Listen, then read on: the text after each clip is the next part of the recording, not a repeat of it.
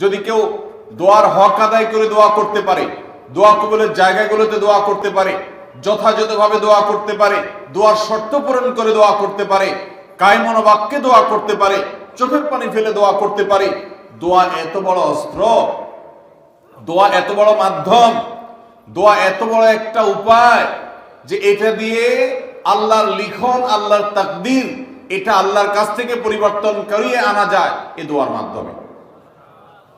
অথচ এই দোয়াও আমরা বেশি মানুষ করতে পারি না। আমরা হুজুরদের দিকে চায় থাকি যে হুজুরদের সাথে আমরা শুধু আমিন আমিন বলবো, নিজেরা আল্লাহর কাছে দোয়া করবো এটা আমরা জানি না। অথচ আল্লাহ বলেছেন উদউনি আস্তাজিব লাকুম, তোমরা আমার কাছে দোয়া করো, আমি তোমাদের দোয়া কবুল করব।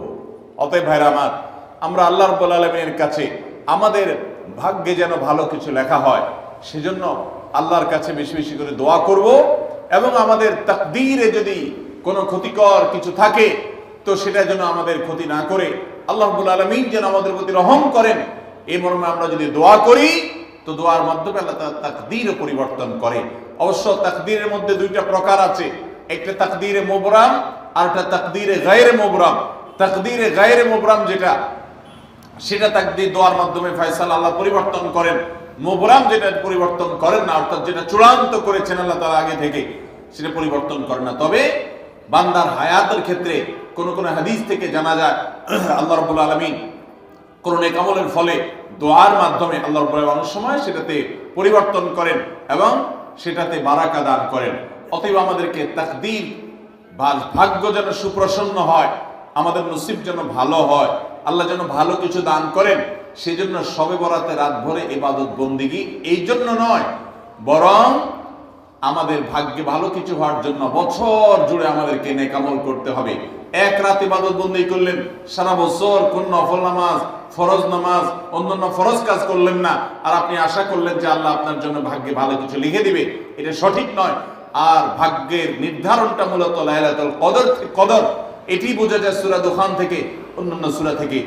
অতএব আমাদের সবাইকে আমাদের ভাগ্যে ভালো কিছু লেখার জন্য বেশি বেশি আমাদের 5 ওয়াক্ত ফরজ নামাজ সহ আল্লাহর সমস্ত ফরজ বিধানগুলো মেনে চলতে হবে, হারাম এবং গুনাহের কাজগুলো থেকে বেঁচে চলতে হবে, এবং সেই সাথে আমাদের সবাইকে বেশি বেশি করে, বিশেষ করে নেককারদের কাতারে শামিল হতে হবে।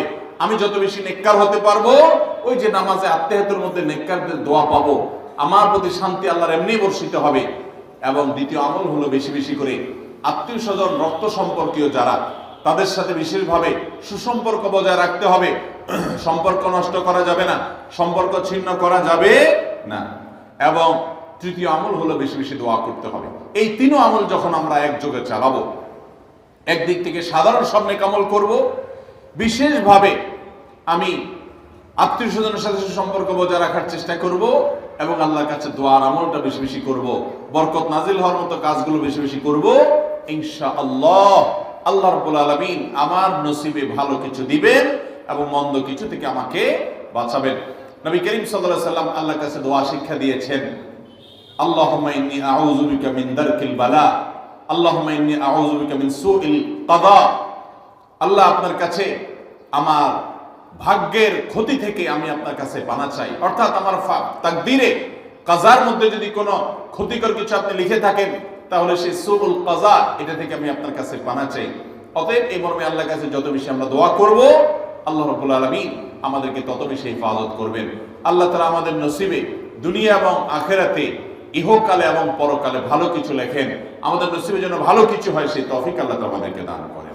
আমরা সবাই আমলগুলো করব তো ইনশাআল্লাহ। আল্লাহ আমাকে আপনাকে আমাদের সবাইকে আমলের তৌফিক দান করুন। জাযাকুমুল্লাহু খায়রা ওয়া আখিরু দাওয়ানা আনিল হামদুলিল্লাহি।